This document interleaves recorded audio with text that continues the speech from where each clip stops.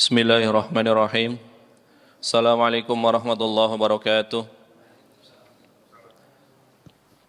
Alhamdulillahirabbil alamin. Wa asyhadu an la ilaha illallah wahdahu la syarikalah. Wa asyhadu anna Muhammadan abduhu wa rasuluh.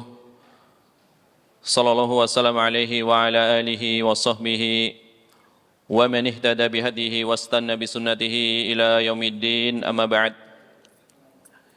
Kaum muslimin dan muslimat rahimani wa rahimakumullah. Segala puji bagi Allah yang masih memudahkan kita untuk berjalan dalam rangka melakukan salah satu ketaatan kepada Allah tabaraka wa ta'ala, yaitu melaksanakan salat maghrib secara berjamaah, kemudian melakukan satu ibadah di antara ibadah yang mempunyai keutamaan yang sangat besar, yaitu menuntut ilmu. Karena menuntut ilmu adalah salah satu jalan di antara jalan menuju surga. Sebagaimana sabda Nabi SAW, "Man salaka tariqan yaltamisu fihi ilman, sahalallahu lahu bihi tariqan ilal jannah." Sahalallahu lahu bihi tariqan ilal jannah. Barang siapa yang berjalan menuju tempat di dalam rangka menuntut ilmu, berjalan keluar dalam rangka menuntut ilmu, maka Allah akan mudahkan jalan baginya menuju surga. Ini adalah keutamaan yang besar. Kemudian Imam Ahmad bin Hanbal pernah mengatakan tentang keutamaan ilmu yang sangat besar. Beliau mengatakan, al-ilmu la ya'diluhu syai'un. Al-ilmu la ya'diluhu syai'un liman sahhat niyatuhu. Sesungguhnya ilmu itu tidak ada bandingannya. Keutamaan ilmu tidak ada bandingannya. Liman sahhat niyatuhu, bagi orang yang benar niatnya. Qila li Abi Abdillah, maka ditanyakan kepada Abu Abdillah yaitu Imam Ahmad bin Hanbal, kaifa takunu dzalik? Bagaimana niat yang benar itu wahai Imam Ahmad? Maka Imam Ahmad menjawab, tanwi, engkau meniatkan raf'al jahli an nafsika wa an ghairik. Engkau meniatkan di dalam menuntut ilmu mengangkat kebodohan dari dirimu dan dari orang lain. Ini yang dinamakan niat yang benar. Menuntut ilmu dalam rangka mengangkat kebodohan dari dirinya dan orang lain. Jadi manfaatnya bukan hanya untuk dirinya, tetapi merata bagi orang lain. Oleh karenanya ibadah-ibadah sunnah seperti sholat sunnah, kemudian ibadah sunnah yang lainnya, apabila dibandingkan dengan menuntut ilmu, maka keutamaannya lebih besar menuntut ilmu. Kenapa? Karena sholat sunnah, bagaimanapun khusyuknya dia, bagaimanapun bagusnya dia sholat, itu kebaikannya kembali untuk dirinya sendiri. Kebaikannya kembali untuk dirinya sendiri, berbeda dengan menuntut ilmu. Kebaikannya untuk dirinya sendiri dan bagi orang lain. Maka ini yang menyebabkan ilmu lebih utama dari sekedar ibadah sunnah, selain dari menuntut ilmu. Jamaah rahiminillah iyyakum, alhamdulillah kita telah memasuki salah satu di antara bulan haram. Bulan haram ada berapa? Ada 4. Di antaranya adalah bulan Dzulhijjah. Nah, di awal-awal bulan Dzulhijjah, terutama 10 pertama di bulan Dzulhijjah, ini adalah hari-hari terbaik sepanjang tahun. Kalau dikatakan hari-hari terbaik secara mutlak sepanjang tahun, maka adalah hari-hari di 10 hari pertama di bulan Dzulhijjah. Maka banyak yang menafsirkan firman Allah Ta'ala di dalam surat Al-Fajr, wal fajr walayalin ashr, demi waktu fajar dan demi malam-malam yang 10, walayalin ashar. Maka para ulama, jumhur ulama menafsirkan makna malam-malam yang 10 adalah 10 hari pertama di bulan Dzulhijjah. Ini kata Al-Hafidz Ibnu Katsir, demikian pula oleh pendahulunya Al-Imam Abu Ja'far Muhammad Ibn Jarir At-Tabari di dalam tafsir beliau Jami'ul Bayan, menukil dari para salaf di antara sahabat yang mulia Abdullah bin Abbas radhiyallahu anhuma, kemudian Abdullah bin Zubair, kemudian dari tabi'in yaitu Mujahid, mengatakan yang dimaksud dengan malam-malam yang 10 adalah 10 hari di awal bulan Dzulhijjah, 10 hari pertama di bulan Dzulhijjah.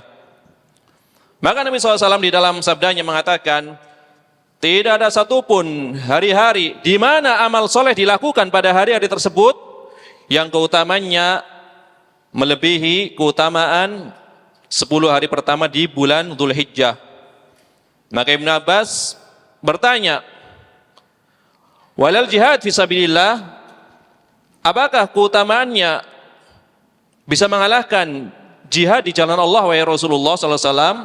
Iya, keutamaannya mengalahkan jihad di jalan Allah, kecuali seorang laki-laki yang mengerahkan seluruh usahanya, jiwa raganya dan hartanya untuk berjihad di jalan Allah, kemudian dia tidak kembali lagi, artinya dia syahid, itu baru bisa mengalahkan amalan yang dilakukan di 10 hari pertama di bulan Dzulhijjah.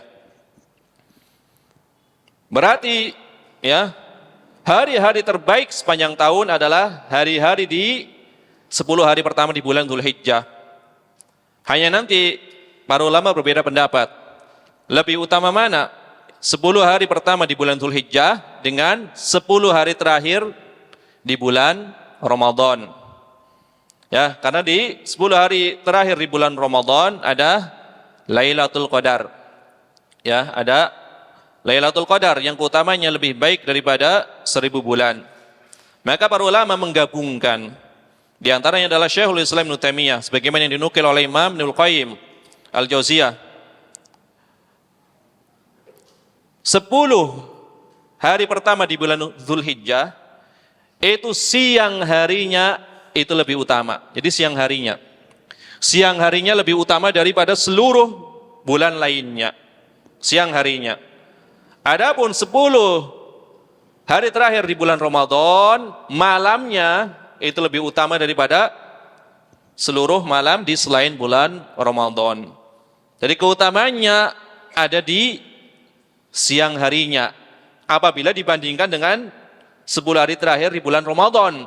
Adapun kalau secara mutlak, memang ya hari-hari terbaik adalah 10 hari pertama di bulan Dzulhijjah. Ini kalau secara mutlak. Ini tadi apabila dibandingkan dengan 10 hari terakhir di bulan Ramadan, maka dirinci.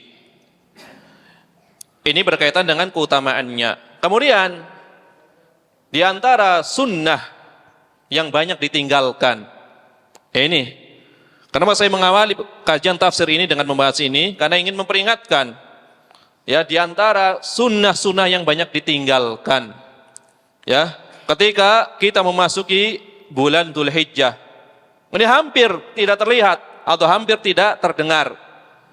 Yang pertama adalah memperbanyak takbir mutlak. Karena takbir ada dua. Yang pertama adalah takbir mutlak yang tidak diikat dengan waktu. Kapan saja ya boleh dilakukan takbir secara mutlak. Adapun yang kedua adalah takbir muqayyad yang diikat dengan waktu tertentu. Adapun takbir mutlak ini disunahkan dari ya pertama kali memasuki bulan Dzulhijjah sampai akhir hari tasyrik. Itu disunahkan senantiasa kita bertakbir. Ya, di rumah-rumah, di jalan-jalan, di pasar-pasar, ya sebagaimana yang dilakukan oleh Abu Hurairah radhiyallahu anhu dan Abdullah bin Umar. Mereka ketika memasuki bulan Dzulhijjah, mereka bertakbir ketika memasuki pasar. Tujuannya diantaranya apa? Dalam rangka mengingatkan manusia, bahwa kita masuk pada bulan yang mempunyai banyak keutamaan, bulan yang mulia. maka hendaknya kita banyak bertakbir. Ini secara mutlak, tidak diikat ya dengan waktu tertentu. Jadi bertakbir, ya diperbanyak bertakbir. Ya baik setelah sholat sunnah bertakbir, kemudian di jalan ketika melakukan perjalanan sambil bertakbir. Ini secara mutlak. Dari awal sampai akhir hari tasyrik, dari tanggal 13 Dzulhijjah. Adapun takbir muqayyad, ini juga banyak dilupakan. Takbir muqayyad yang diikat dengan waktu, yaitu dimulai pada fajar, ya pagi hari di hari Arafah, tanggal 9 Dzulhijjah. Setelah sholat subuh, maka disunahkan takbir muqayyad yang diikat dengan sholat 5 waktu.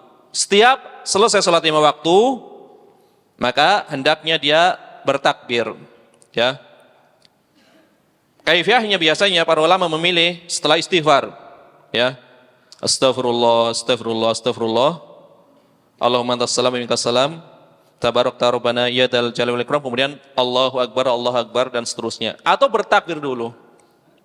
Ya, ini luas, ya. Ada keluasan. Dari pagi, ya, pagi hari setelah sholat subuh di hari Arafah tanggal 9 Dzulhijjah sampai akhir hari tasyrik. Ya, sampai matahari terbenam. Ini bagi yang tidak haji.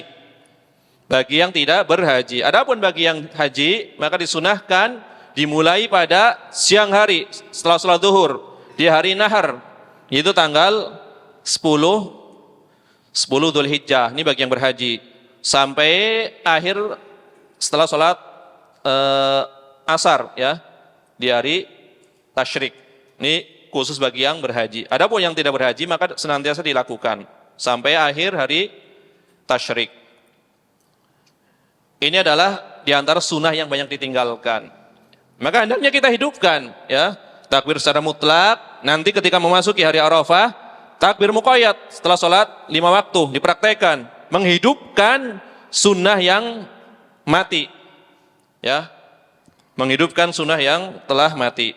Ya, walaupun di sebagian masjid-masjid telah dipraktekkan, jadi sebagian masjid telah dipraktekkan.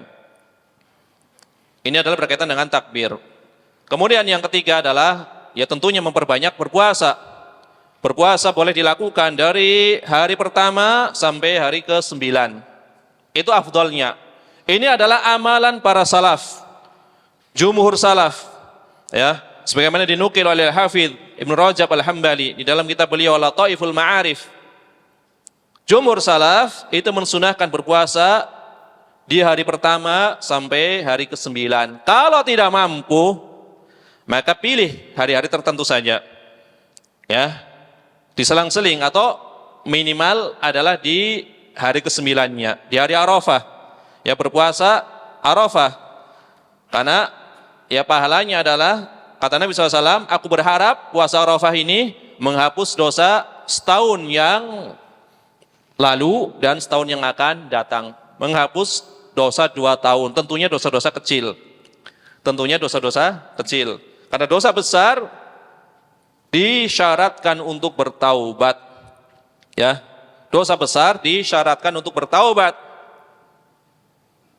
walaupun, ya, apabila dosa tersebut bukan syirik, itu berada di bawah kehendak Allah. Jika Allah mau, Allah ampuni. Jika Allah tidak mau, maka Allah azab dulu di neraka. Apabila masih ada keimanan, baru nanti pada akhirnya diangkat dari neraka. Ini adalah akidah Ahlussunnah wal Jamaah. Berbeda dengan sebagian kelompok yang menyimpang seperti Al-Khawarij yang mengatakan pelaku dosa besar kekal di neraka, atau kelompok Mu'tazilah yang mengatakan pelaku dosa besar di dunia kedudukannya di antara 2 kedudukan, tidak muslim, tidak kafir di dunia, adapun di akhiratnya kekal di neraka. Atau sebaliknya kelompok Murji'ah yang mengatakan bahwasanya pelaku dosa besar imannya sempurna, imannya sama dengan Jibril, imannya sama dengan Abu Bakar, walaupun melakukan dosa besar, selama ada keimanan di dalam hati. Ini pemahaman kelompok yang menyimpang Murji'ah, yang ekstrimnya, karena nanti bertingkat-tingkat. Sebagaimana Khawarij bertingkat-tingkat, Murji'ah pun bertingkat-tingkat. Ya apabila belum jelas tentang masalah firqah, nanti tidak mengapa didengarkan saja. Di akhir kajian bisa ditanyakan, apa itu Murji'ah? Misalkan ada yang belum jelas, ada yang baru mendengar, ya tidak mengapa. Didengarkan saja dulu. Jamaah rahiminillah wa hayyakum, inilah beberapa ya perkara yang hendaknya diperhatikan oleh setiap muslim di dalam memasuki bulan Dzulhijjah. Marilah kita lanjutkan ya pembahasan kajian tafsir kita. Terakhir yang kita bahas adalah berkaitan dengan ya perbedaan para ulama tentang al-basmalah. Telah kita bawakan seluruh pendapatnya. Ya sekuat-kuat pendapat adalah al-basmalah ayat yang berdiri sendiri. Termasuk dari Al-Quran, tetapi fungsinya adalah sebagai pembatas atau pemisah antara satu surat dengan surat yang lainnya. Walaupun nanti ketika dikumpulkan seluruh dalil-dalil, maka sebagian ulama berpendapat sebagaimana yang dipilih oleh Syekh Abdullah Al-Ashinkiti, Syekh Abdullah Ibnu Amin Al-Ashinkiti, mereka para ulama yang dinukil oleh beliau mengatakan dalam beberapa qiraah bismillah adalah bagian dari surat Al-Fatihah. Dalam qiraah yang lainnya bukan bagian. Jadi tergantung dari qiraah yang mana. Ini perkara yang luas. Ini telah kita bahas semuanya pada beberapa pertemuan yang lalu. Adapun ya makna bismillahirrahmanirrahim ya. Firman Allah Ta'ala bismillahirrahmanirrahim biasanya diterjemahkan dengan nama Allah yang maha pengasih dan maha penyayang. Ya biasa seperti itu. Bismillahirrahmanirrahim dengan nama Allah yang maha pengasih dan maha penyayang. Ini bedanya apa? Pengasih dengan penyayang. Ya kalau di dalam bahasa Arab ada perbedaannya. Ada Ar-Rahman, ada Ar-Rahim. Tetapi kalau dalam bahasa Indonesia yang namanya pengasih ya penyayang kan seperti itu. Ini susah makanya ya padanan kata yang mewakili ya bahasa Arab itu kadang memang agak susah. Ini hanya sebagai takrib saja pendekatan. Ya. Bismillahirrahmanirrahim. Ya secara umum adalah dengan nama Allah yang Maha Pengasih dan Maha Penyayang. Nah, di sini ya pembahasan tentang al-basmalah itu para ulama berbeda-beda, ya. Tafsirnya berbeda-beda disebabkan karena apa? Karena perbedaan tentang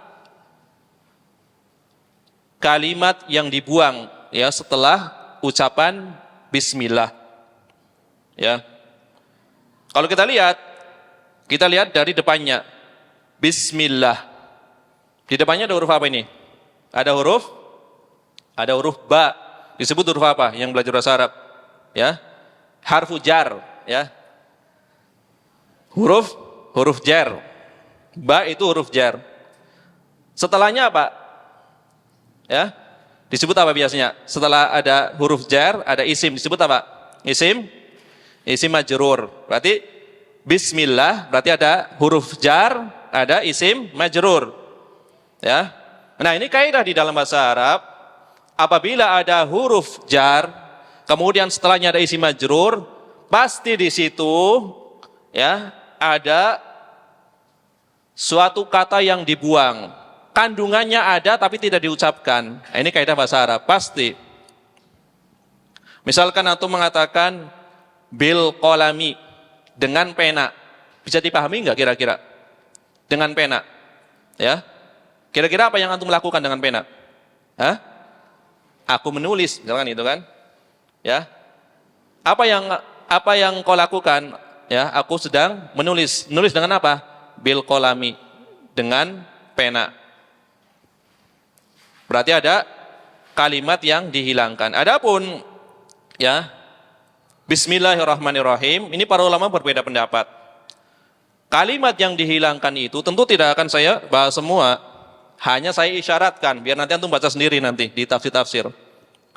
Tentu para ulama berbeda pendapat. Pertama, kata yang dihilangkan itu berupa isim. Isim berarti apa? Berarti bukan kata kerja. Yang kedua, kata yang dihilangkan adalah berupa kata kerja. Ini yang kedua. Yang ketiga, isim ataupun fiil, kata kerja yang dihilangkan, itu diletakkan di depan atau di belakang bismillah. Itu juga para ulama berbeda pendapat. Ya. Jadi dari isim, kata benda, atau selain kata kerjanya, kemudian dari kata kerjanya, itu mereka berbeda pendapat. Letaknya di depan atau di belakang, mereka pun berbeda pendapat. Tidak akan saya bahas semua, tapi saya pilih satu aja yang banyak dikuatkan oleh para ulama. Di antara adalah yang dikuatkan oleh Syekh Muhammad bin Shalih Al-Utsaimin. Ya, nanti saya kasih contoh menjadi mudah. Ya, kata Syekh Muhammad bin Shalih Al-Utsaimin, ya, al-jar wal majrur muta'alliqun bi mahdhufin. Wa hadzal mahdhuf yuqaddar fi'lan mutaakhiran munasiban. Jar dan majrur ini dikaitkan dengan suatu, ya, aktivitas tetapi tidak disebutkan. Maka kita katakan aktivitas tersebut dengan menggunakan kata kerja yang diakhirkan. Ini masih belum jelas karena belum saya kasih contoh. Kata kerja yang diakhirkan setelah kata bismillah. Maka kata Syekh Utsaimin, fa idza qulta, jika engkau mengatakan bismillah dengan nama Allah, wa anta turidu an ta'kul, dan engkau ingin makan, maka kalimat yang dihilangkan apa? Aku makan. Berarti apa aslinya? Bismillah, aku makan. Jika engkau ingin menulis, berarti apa? Bismillah, aku menulis. Jika engkau ingin membaca, bismillah, aqra. Ya, dengan nama Allah aku membaca. Berarti apa nih? Kata kerjanya diletakkan di akhir setelah bismillah. Ya, setelah bismillah. Kenapa diletakkan di belakang bukan di depan? Ya. Bismillah, dengan nama Allah, aqra, aku membaca Al-Quran. Bismillah, akul, dengan nama Allah aku makan. Kenapa bukan aku makan dengan nama Allah? Boleh enggak kalau dibalik? Aku memakan dengan nama Allah. Boleh enggak? Tentunya boleh. Ini dibolak-balik sebenarnya boleh. Semuanya boleh. Ya. Kenapa dipilih diakhirkan? Karena ada dua faidah. Ya. Kenapa kalimat yang dihilangkan bukan di depan? Aku makan bismillah. Tidak seperti itu, tetapi dikatakan bismillah, aku makan. Kenapa diakhirkan? Pertama, at-tabaruk bitaqdimi ismillahi azza wajal. Dalam rangka memperoleh keberkahan dengan mendahulukan nama Allah tabaraka ta'ala. Jadi seakan-akan dikatakan, ya, tidaklah aku makan kecuali dengan nama Allah. Ya.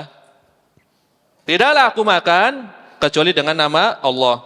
Yang pertama apa tadi? Dalam rangka at-tabaruk atau at-tayamun, mencari keberkahan dengan mendahulukan nama Allah. Jadi tidak didahulukan nama apapun sebelum nama Allah. Yang kedua faedahnya adalah al-hasru, pembatasan. Kenapa? Dikatakan li'anna taqdima ma haqquhu ta'khir yufidul hasra, mendahulukan yang harusnya diakhirkan itu memberikan faedah pembatasan. Sebenarnya asalnya memang bismillahnya di belakang. Ya. Aku memakan dengan nama Allah. Asalnya seperti itu. Tapi kalau kita katakan aku makan dengan nama Allah, itu tidak menunjukkan pembatasan. Bisa saja aku makan dengan nama Allah.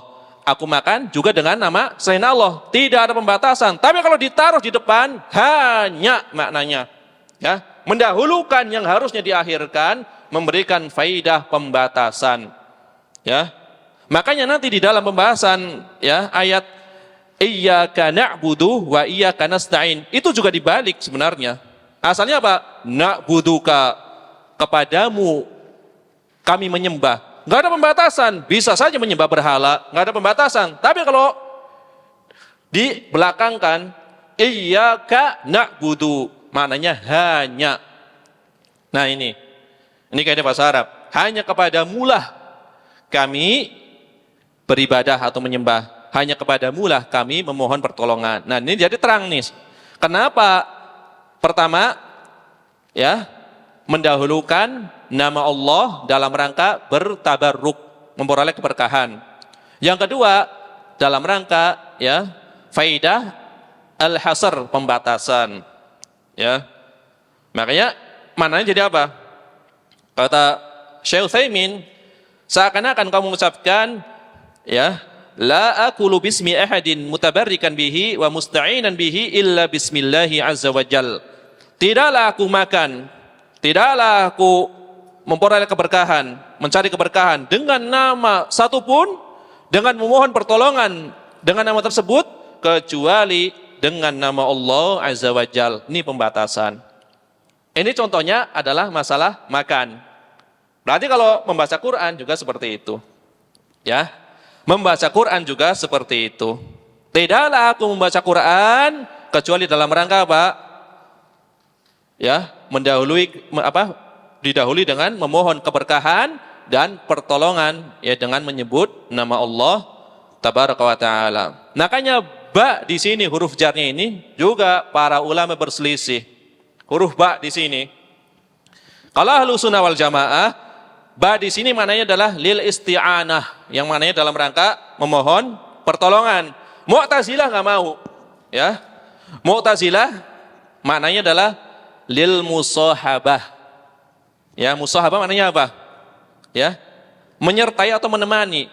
Kalau kita Ahlussunnah wal Jamaah menerjemahkan atau memaknai bismillahirrahmanirrahim, aku membaca misalkan, maka maknanya adalah hanya dengan memohon pertolongan, ya, hanya dengan memohon pertolongan, itu dengan nama Allah, aku bisa membaca Al-Quran.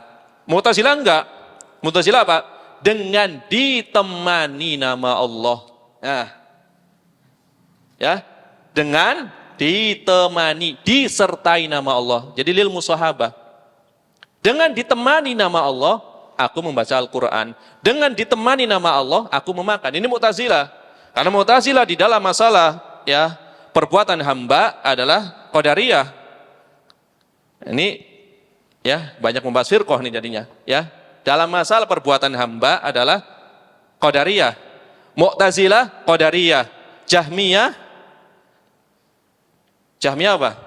Ya, Jabriyah. Nggak apa-apa, ya belum paham, nggak masalah, dengar dulu. Mu'tazilah dalam masalah perbuatan Allah, qadariyah. Jahmiyah, Jabriyah. Padahal dua-duanya, baik Mu'tazilah ataupun Jahmiyah, dua-duanya menafikan sifat-sifat Allah. Ya, Allah hanya memiliki nama tanpa sifat. Nama tidak mengandung sifat. Itu Mu'tazilah. Adapun Jahmiyah menghilangkan asma sifat secara keseluruhan.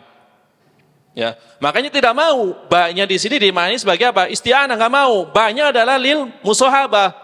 Kata Mu'tazilah, dengan ditemani nama Allah, dengan disertai nama Allah, aku membaca, aku menulis, aku makan. Bukan dengan memohon pertolongan. Ya. Karena perbuatan hamba adalah menurut Mu'tazilah adalah ciptaan hamba, ya. Ya.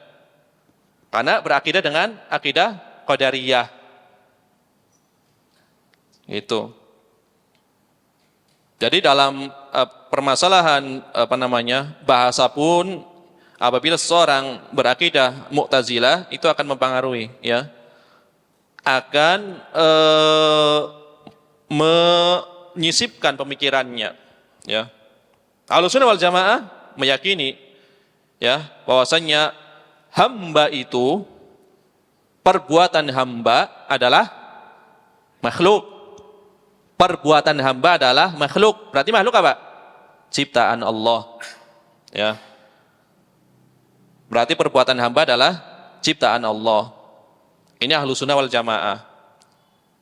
Adapun makhluk diberikan kehendak, itu betul, ya. Makhluk diberikan kehendak. Tetapi kehendak makhluk itu di bawah kehendak Allah. Ya, jadi Ahlussunnah itu di tengah-tengah. Makhluk punya kehendak, ya, tetapi kehendaknya adalah di bawah kehendak Allah. Seperti itu. Adapun Jabriyah, makhluk seperti boneka. Ya, Jabriyah, makhluk seperti boneka. Apapun yang dilakukan oleh makhluk, ya karena makhluk itu disetir, tidak diberikan kehendak. Saya bermaksiat, Allah yang menakdirkan. Ya, saya minum khamr, Allah yang menakdirkan. Jadi perbuatan-perbuatan yang buruk dinisbatkan kepada Allah. Saya sholat karena Allah yang menjadikan aku sholat. Saya membayar zakat, Allah yang menjadikan aku membayar zakat. Ini perbuatan baik juga dinisbatkan kepada Allah. Qadariyah sebaliknya, ya, perbuatan hamba, urusan hamba, hamba mau baik, mau buruk, semuanya kehendak hamba. Ini kan ekstrim dua-duanya. Ahlus sunnah di tengah-tengah, ya, Ahlus sunnah di tengah-tengah. Karena Allah Taala telah memberikan mengilhamkan kepada setiap jiwa, ya, fa'alhamaha fujuraha wa taqwaha, diilhamkan jalan ketakwaan atau jalan keburukan. Tinggal memilih, ya. Walaupun nanti dikaitkan dengan iradah, ya, keinginan, kehendak Allah. Iradah yang bersifat syar'iyah ataupun yang bersifat kauniyah. Kalau kauniyah pasti terjadi. Kauniyah pasti terjadi, baik ataupun buruk pasti terjadi. Adapun syar'iyah maka belum tentu terjadi. Tetapi hukum asalnya dicintai oleh Allah. Hukum asal seorang hamba suruh apa? Ya, seorang hamba hukum asalnya apa? Suruh beribadah kepada Allah, suruh sholat, ya, suruh puasa. Ini hukum asalnya. Apakah seluruh manusia mereka puasa, mereka sholat? Tentu tidak. Ya. Tapi secara syar'i Allah menginginkan agar para hamba seluruhnya beribadah. Wa ma khalaqtul jinna wal insa illa liya'budun. Tidaklah aku ciptakan jin dan manusia kecuali agar mereka beribadah kepadaku. Kan ini secara syar'i. Tetapi Allah menghendaki ada beberapa hamba yang ditakdirkan di dalam kekufuran. Inilah, ya, yang dinamakan dengan iradah kauniyah, yang pasti terjadi meskipun Allah tidak suka. Ya, meskipun Allah tidak suka, tetapi dengan hikmahnya Allah menjadikan perbuatan itu terjadi. Ya. Jamaah rahimanillah yakum. Berarti yang dipilih oleh Ahlussunnah wal Jamaah ba di sini adalah lil isti'anah, ya, kemudian bertabaruk dengan nama Allah. Yang kedua, faedah pembatasan. Makanya kalau kita terjemahkan secara global, hanya dengan memohon pertolongan Allah, dengan bertabaruk dengan nama Allah, aku melakukan A, B, C dan seterusnya. Tadi dikatakan fi'lan mutakhiran munasiban, fi'il yang diakhirkan yang sesuai dengan tempat. Maksudnya apa? Perbuatannya khusus. Boleh enggak yang dihilangkan kalimat tadi perbuatan umum? Dengan nama Allah aku memulai. Boleh, cuma memulai kan masih umum. Kenapa perbuatannya khusus? Dengan nama Allah aku membaca, dengan nama Allah aku makan, dengan nama Allah aku menulis. Maka dikatakan, ya, adal alal murad atau alal maksud, lebih menunjukkan maksud. Pekerjaannya khusus, jadi lebih jelas maksudnya. Kalau dengan nama Allah aku memulai kan masih global. Tapi kalau dikatakan dengan nama Allah aku minum, jelas perbuatannya. Ya, ini berkaitan dengan kalimat yang dihilangkan. Jadi setiap ada jar, majrur, pasti dikaitkan dengan kata yang dihilangkan, yang kandungannya ada tetapi tidak diucapkan. Ini seperti itu. Ini bagi yang belajar bahasa Arab insya Allah mudah. Tapi kalau yang belum belajar bahasa Arab agak pusing. Apa itu jar, majrur? Apa itu muta'alik? Ya, tapi tidak mengapa. Bismillah, ya. Kemudian Allah di sini adalah Ismullah, ya, nama Allah, Rabbul Alamin. Sebagian mengatakan lafdzul jalalah, ya kan banyak kita sebutkan, kita lihat gitu kan di kitab-kitab lafdzul jalalah. Tapi ini ya diperselisihkan penyebutan lafdzul jalalah. Maka Syekh Utsaimin lebih mengatakan atau lebih memilih Allah maknanya adalah Ismullah, ya, nama Allah, Rabbul Alamin. La yusamma bihi ghairuhu. Tidak ada satupun yang dinamakan dengan Allah. Tidak ada satupun yang dinamakan dengan nama Allah. Meskipun sefanatik apapun seseorang, ya, sengefans apapun seseorang, tidak mungkin, ya, menyebut junjungannya dengan nama Allah, nggak mungkin.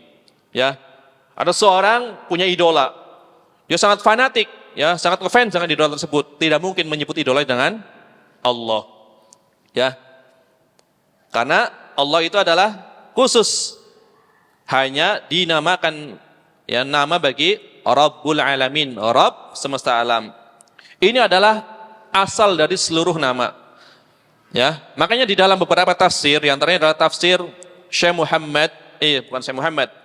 Abdurrahman Ibnu Nasir As-Sa'di, ya, di dalam tafsir As-Sa'di atau Taisirul Karimir Rahman fi tafsir Kalamil Manan, dikatakan bismillah maknanya adalah bikulli ismillahi ta'ala, dengan seluruh nama Allah Ta'ala.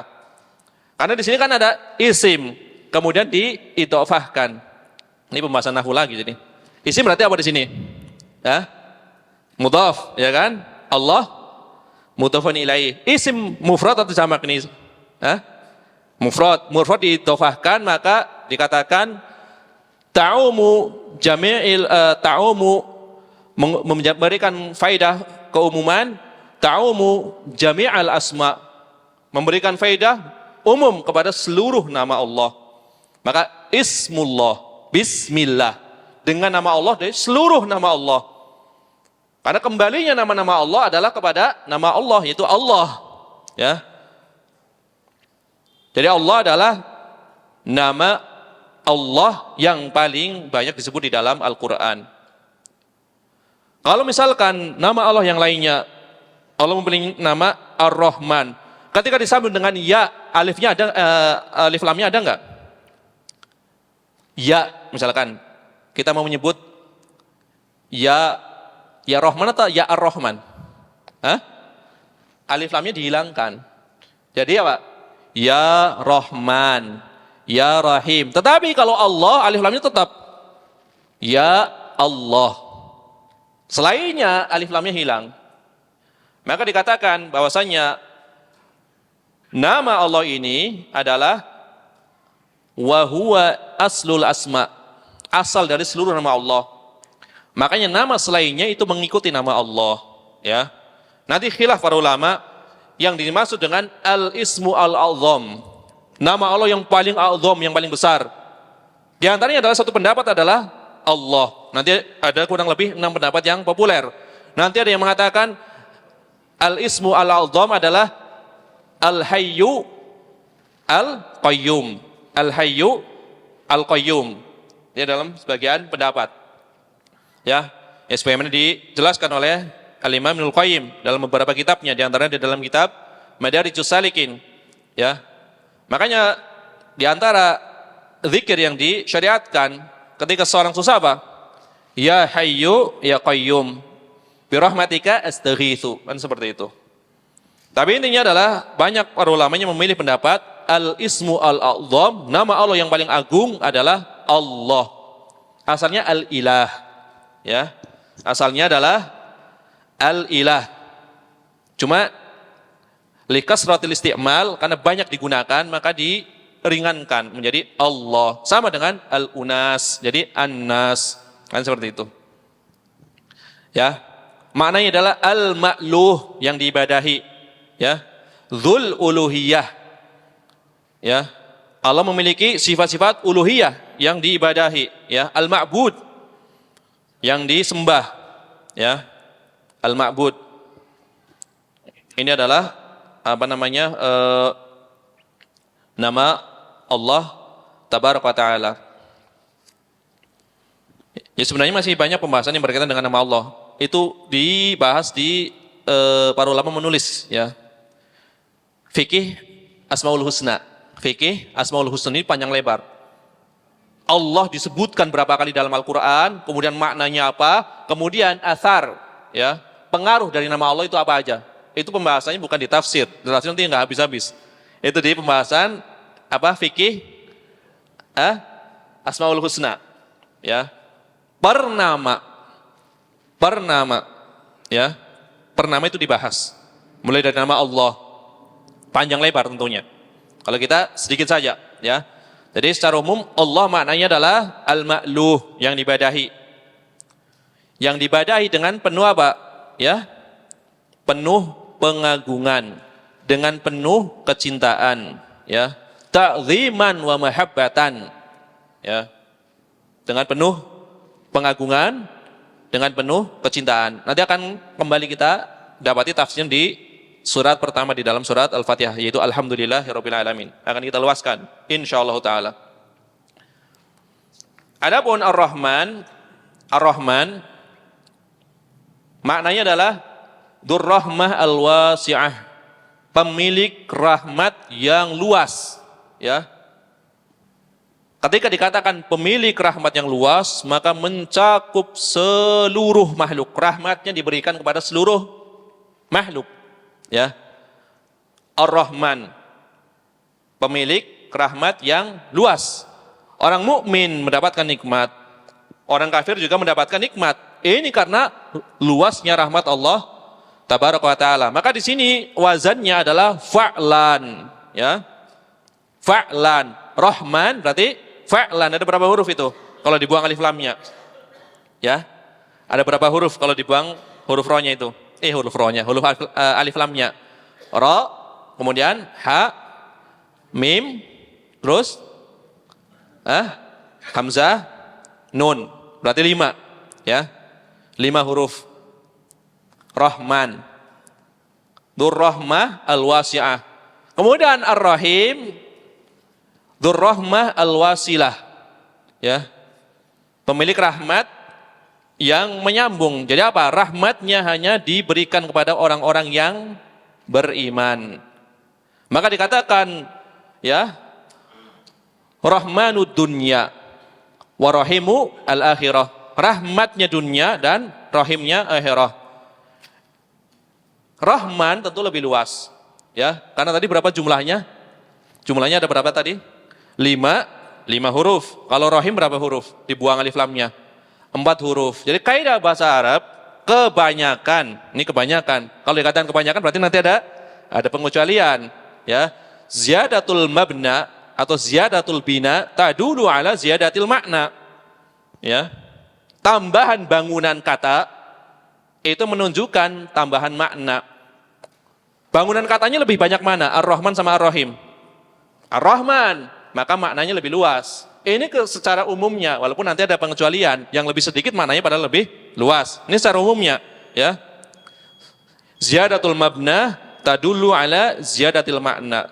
Tambahan bangunan menunjukkan tambahan makna. Maka Rahman lebih luas, ya. Wazannya adalah fa'lan. Sebagaimana orang yang sangat marah disebut apa? Ghadban. Orang yang sangat marah, ya. Dan seterusnya, ya, banyak contohnya di dalam bahasa Arab. Ya, kita jeda dulu, ya. Kita dengarkan adzan salat Isya. Subhanakallahumma wa bihamdika asyhadu an la ilaha illa anta astaghfiruka wa atubu ilaik. Bismillahirrahmanirrahim. Alhamdulillahirabbil alamin wassalatu wassalamu ala asyrafil anbiya'i wal mursalin nabiyyina Muhammadin wa ala alihi wa sahbihi ajma'in, amma ba'd. Jamaah rahimanillah wa iyyakum. Kita lanjutkan pembahasan terakhir tadi berkaitan dengan nama Allah Ar-Rahman Ar-Rahim. Ya, sebagaimana telah kita ketahui bahwasanya Allah Tabaraka wa Ta'ala sebagaimana yang disebutkan di dalam sebuah riwayat yang sahih dari Imam Al-Bukhari dan Muslim, Nabi SAW mengatakan innallaha, ya, bahwasanya Allah Subhanahu wa taala tis'atun wa tis'ina isman. Allah memiliki 99 nama. Mi'atan illa wahidan. 100 kurang 1, ya, berarti ganjil. Man ahsaha dakhalal jannah. Barang siapa yang menghitung-hitungnya, maksudnya mempelajari maknanya, menghafalnya, kemudian berusaha mencarinya, maka dia akan masuk surga. Karena nanti akan didapati sebuah riwayat dari Imam At-Tirmidzi, nama-nama tersebut yang jumlahnya 99 diurutkan, tetapi adalah ini riwayat yang dhaif. Riwayat yang dhaif. Jadi Allah Subhanahu wa taala membiarkan ya para hambanya untuk berijtihad, berusaha mencari 99 nama tersebut di dalam Al-Qur'an maupun di dalam sunnah. Maka dikumpulkan oleh para ulama. Tentunya jumlahnya lebih dari 99. Tetapi yang dijamin oleh Allah Tabaraka wa Ta'ala adalah 99 nama tersebut. Ya. Karena ini ijtihadiyah. Adapun riwayat yang menyebutkan secara urut adalah riwayat yang dhaif. Maka banyak para ulama yang berusaha mengumpulkan, ya, menelitinya, kemudian memahami maknanya, kemudian berusaha mengamalkan kandungannya. Ar-Rahman, Ar-Rahim, jelas ini termasuk di antara nama-nama Allah Tabaraka wa Ta'ala. Jelas di dalam Al-Quran sangat banyak ya penyebutan dua nama ini. Ya. Di antara yang banyak mengumpulkan nama-nama Allah adalah di akhir surat Al-Hasyr, ya. Itu banyak mengumpulkan nama-nama Allah Tabaraka wa Ta'ala. Setiap nama Allah pasti mengandung sifat. Setiap nama Allah pasti mengandung sifat, tidak sebaliknya. Ya. Tidak sebaliknya. Allah memiliki nama Ar-Rahman. Berarti Allah disifati dengan sifat rahmat, kasih sayang. Allah memiliki nama Ar-Rahim. Berarti Allah disifati dengan sifat rahmat, kasih sayang pula. Hanya saja tadi dikatakan Rahman, ya karena sesuai dengan wazan fa'lan, timbangannya adalah fa'lan, ini disebut sebagai sighah mubalaghah dalam bahasa Arab. Berarti apa? Mempunyai kandungan makna yang lebih, ya, sebagaimana tadi kita sebutkan secara asal ziyadatul mabna tadullu ala ziyadatil makna. Tambahan dari suatu bangunan kata itu menunjukkan tambahan makna. Nah, dikatakan Rahman adalah dzur rahmah al-wasi'ah, pemilik rahmat yang luas, mencakup seluruh makhluk. Mukminnya, kafirnya semuanya mendapatkan rahmat Allah Tabaraka wa Ta'ala. Adapun Ar-Rahim dzur rahmah al-wasilah, hanya diberikan rahmatnya kepada orang-orang yang beriman. Yaitu nanti adalah khususnya Allah memberikan kepada orang-orang yang beriman ganjaran berupa kehidupan yang baik, yaitu di surganya. Ini adalah dua kata. Jadi Ar-Rahman lebih luas cangkupannya. Ya. Ar-Rahman lebih luas cakupannya. Maka barang siapa yang memakai nama Ar-Rahman, ada seorang makhluk memakai nama Ar-Rahman, pasti dia akan dihinakan. Di antaranya siapa? Di antaranya adalah seorang yang mengaku sebagai nabi, ya. Musailimah mengatakan, ya, Rahmanul Yamamah, Rahmannya orang-orang Yamamah. Maka Allah ya jadikan kehinaan pada diri Musailimah. Tidak disebutkan Musailimah kecuali ada tambahan di belakangnya, Al-Kadzdzab, pendusta. Ya. Musailimah Al-Kadzdzab, Musailimah sang pendusta. Pernah mengirimi surat, ya, mengirim surat kepada Nabi SAW, ya, dari Musailimah Rasulullah kepada Muhammad Rasulullah. Kita sama-sama Rasul itu maksudnya, ya kan? Maka dijawab dari Muhammad hambanya dan utusannya, hamba Allah dan utusannya, kepada Musailimah Al-Kadzdzab, pendusta. Tadi dia mengaku sebagai apa? Rasulullah. Kemudian kata Nabi SAW, dari Muhammad, ya, hamba Allah dan utusannya, kepada Musailimah Al-Kadzdzab. Ya. Jadi dia berusaha memakai nama Rahman. Padahal Rahman itu hanyalah khusus bagi Allah Tabaraka wa Ta'ala, berbeda dengan Rahim. Ya, berbeda dengan Rahim. Nabi kita Muhammad SAW disifati sebagai Rahim. Ya. Maka tidak boleh menamai seorang dengan nama Rahman. Harus ada tambahannya, depannya. Abdurrahman. Ya. Adapun Rahim boleh Abdurrahim ataupun Rahim saja boleh. Ya.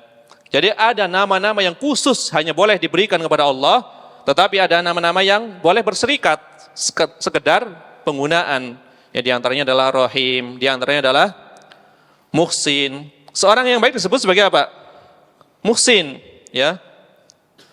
Innallaha yuhibbul muhsinin. Sesungguhnya Allah mencintai orang-orang yang muhsin, ya, orang-orang yang berbuat kebaikan. Tidak ada rinciannya. Ini di pembahasan fikih Asmaul Husna, ya, dibahas secara lengkap. Ya. Jadi Musailimah berusaha menggunakan nama Ar-Rahman, maka dihinakan. Maka kita tidak mendengar, ya, kata Musailimah kecuali di belakangnya disematkan kata Al-Kadzdzab, sang pendusta. Ya. Sang pendusta.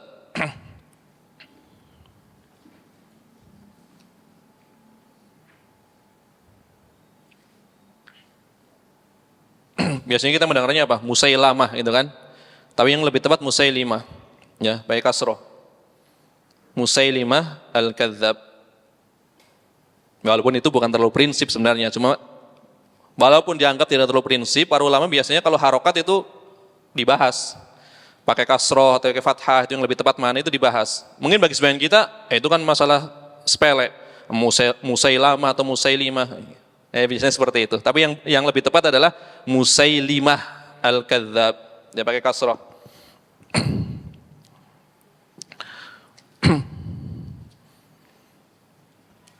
Jamaah rahimanillah hayyakum, ya. Di antara faedah yang bisa diambil dari firman Allah Ta'ala, ya, Bismillahirrahmanirrahim.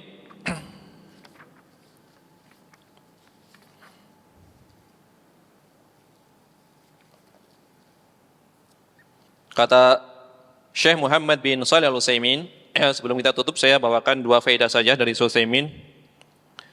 Ya, jadi kalau tafsir itu, ya sebelum saya meneruskan, tafsir itu memiliki beberapa karakteristik. Tafsir yang akan kita bahas ya untuk selanjutnya itu adalah menggabungkan antara tafsir bil ma'thur dan bil ra'yi. Tafsir dengan riwayat dan dengan ra'yi.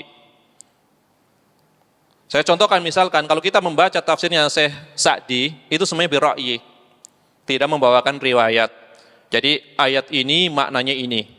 Seperti itu. Adapun tafsir Ibnu Katsir riwayat. Tafsir Ibnu Jarir riwayat. Kalau kita membaca tafsir dengan riwayat tentu membutuhkan waktu yang sangat lama. Maka cocoknya untuk bacaan sendiri di rumah. Ya. Tafsir dengan riwayat. Karena panjang sekali.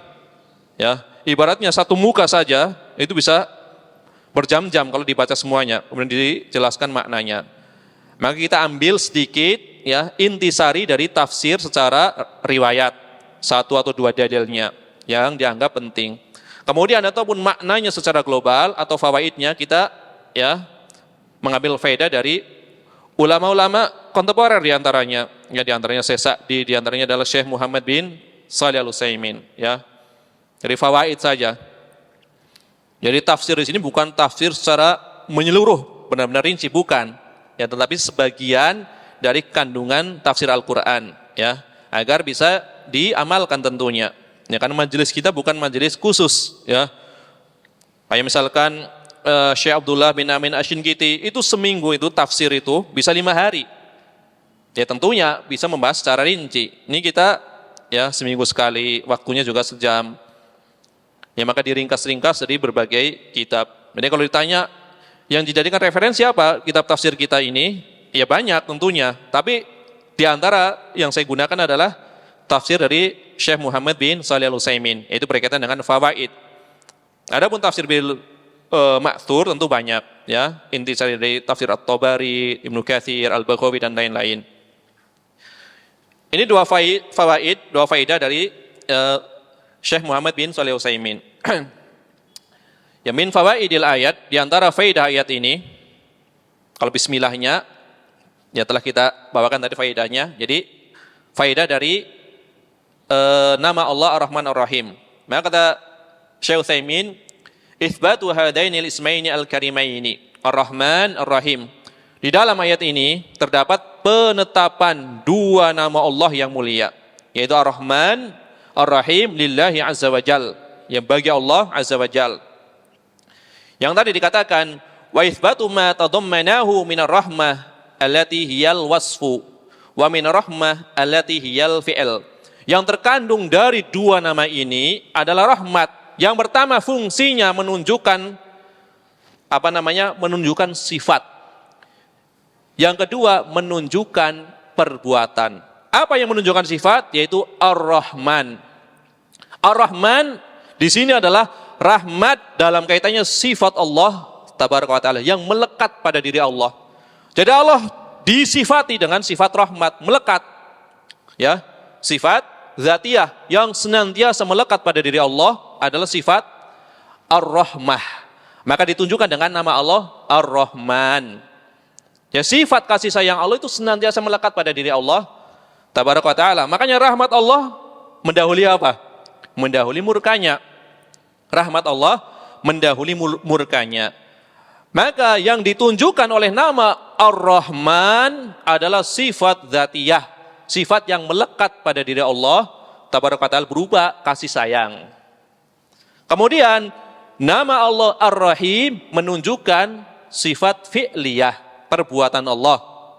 Kalau dzatiyah senantiasa melekat pada diri Allah. Kalau fi'liyah dikaitkan dengan kehendak, dengan iradah. Jadi Allah menyayangi kaum muslimin, kaum mukminin, tentu adalah khusus ya bagi Allah tabaraka wa taala dengan kehendaknya. Jadi nama Allah Ar-Rahim menunjukkan Allah merahmati sebagai apa? Sebagai sifat fi'liyah ya. Sifat fi'liyah, perbuatan. Ya. Kalau dzatiyah yang melekat pada diri Allah. Jadi sama-sama rahmah tapi dua rahmat yang berbeda, ya. Sama-sama rahmah tapi dua rahmah yang berbeda. Yang satu dikaitkan dengan sifat zat, yang satu dikaitkan dengan sifat fi'il, pekerjaan, ya, atau perbuatan Allah. Jadi Allah Maha terpuji dengan seluruh sifatnya. Allah Maha terpuji dengan seluruh perbuatannya, ya. Nanti pembahasan sifat Allah, ya kita sisipkan sedikit demi sedikit. Karena secara umum Allah memiliki rincian sifat Allah. Pertama adalah sifat zatiyah yang senantiasa melekat pada diri Allah, tidak mungkin berubah. Yang kedua adalah sifat fi'liyah. Contohnya apa sifat fi'liyah? Allah turun, ya. Tetapi sifat fi'liyah dikaitkan dengan kabar, nanti yang ketiganya. Ya, Allah merahmati, ya. Allah merahmati, Allah memberi rezeki, ya. Allah mengatur alam, ya. Allah mengatur alam, Allah mematikan, Allah menghidupkan. Maka ada istilahnya sifat fi'liyah. Yang ketiga, berserikat antara zatiyah dan fi'liyah, yaitu sifat khobariyah. Sifat yang dikhabarkan oleh Allah tabaraka wa ta'ala. Ar-Rahman 'alal arsy istawa. Ar-Rahman, Allah yang maha rahman, yang maha pengasih, yang istiwa di atas arsy. Istiwa maknanya adalah ala wartafa'a, tinggi dan di atas. Itu makna yang benar. Sebagaimana dinukil dari Imam Mujahid, ya, rahimahullah ta'ala. Ini dikabarkan. Kemudian yanzilu rabbuna tabaraka wa ta'ala ila sama'i dunya hinna yabqa thulusul lail al-akhir. Rabb kita turun ke dunia, ya, ketika tersisa sepertiga malam terakhir. Berarti apa ini? Sifat khobariyah, ya, karena dikabarkan oleh Nabi SAW. Tetapi kaitannya apa? Kaitannya dengan dua sifat yang pertama. Ini adalah sifat fi'liyah, perbuatan Allah, seperti itu. Ya.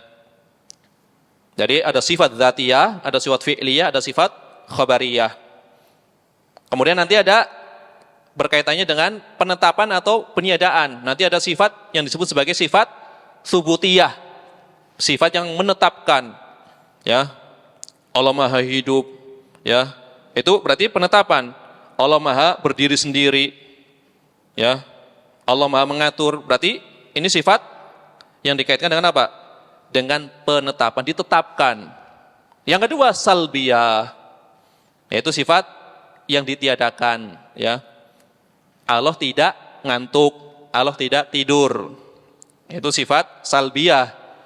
Tetapi sifat salbiyah peniadaan itu pasti memiliki beberapa sifat subutiyah. Misalnya dikatakan Allah tidak tidur. Ini kan sifat peniadaan salbiyah. Berarti subutiyahnya apa? Kamalul hayah misalkan, hidup Allah sempurna. Yang kedua berarti apa? Allah mengatur, makanya Allah tidak tidur, ya. Dan seterusnya. Jadi satu sifat salbiyah peniadaan, subutiyahnya bisa banyak.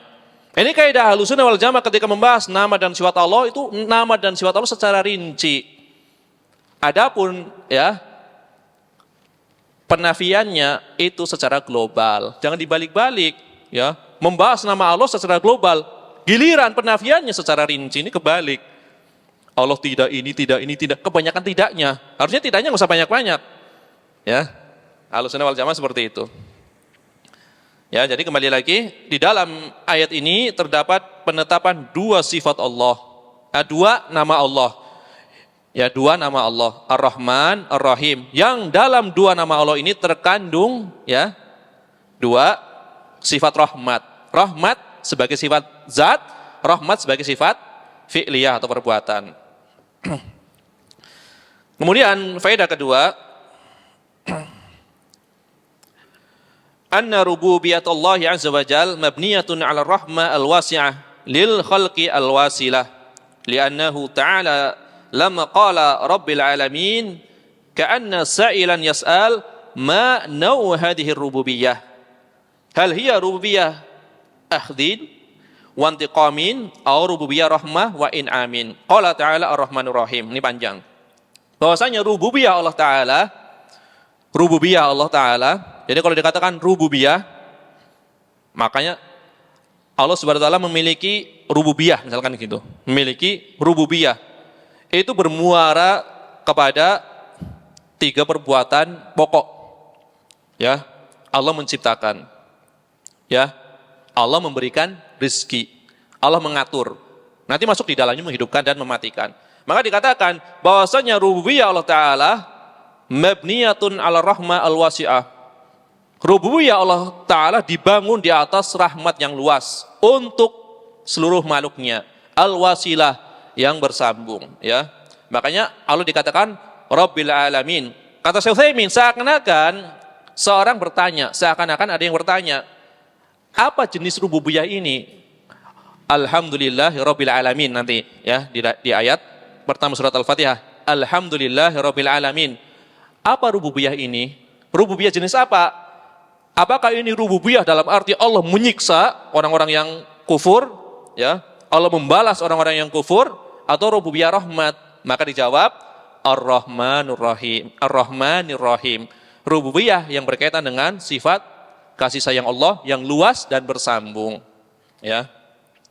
Rububiyah dikaitkan dengan rahmat Allah yang luas dan bersambung. Ya, inilah dua faedah yang dibawakan oleh Syekh Muhammad bin Shalih Al-Utsaimin. Dua saja cukup, ya. Bagi yang ingin meluaskan, saya isyaratkan hanya kitab yang sangat bagus. Ini mengumpulkan tafsir ulama terdahulu ataupun kontemporer, tapi sudah dijadikan dalam satu tafsir. Ya, kurang lebih antara 25 jilid atau 30 jilid. Tapi harganya murah karena ada subsidi. Nama tafsirnya adalah Aunur Rahman, itu bagus. Dari riwayat di ujungnya nanti ada fawaid, itu bagus. Ya, kitab tafsir Aunur Rahman. Itu bagi orang yang ingin mencukupkan satu tafsir saja. Enggak pengen melihat tafsir At-Tabari, enggak pengen melihat tafsir Al-Qurtubi, ingin mencukupkan satu tafsir tapi mencakup seluruhnya, ya, dikumpulkan secara sistematis. Itu tafsir Aunur Rahman. Itu sangat bagus. Jadi menggabungkan ya dua metode, riwayat dan ra'yi.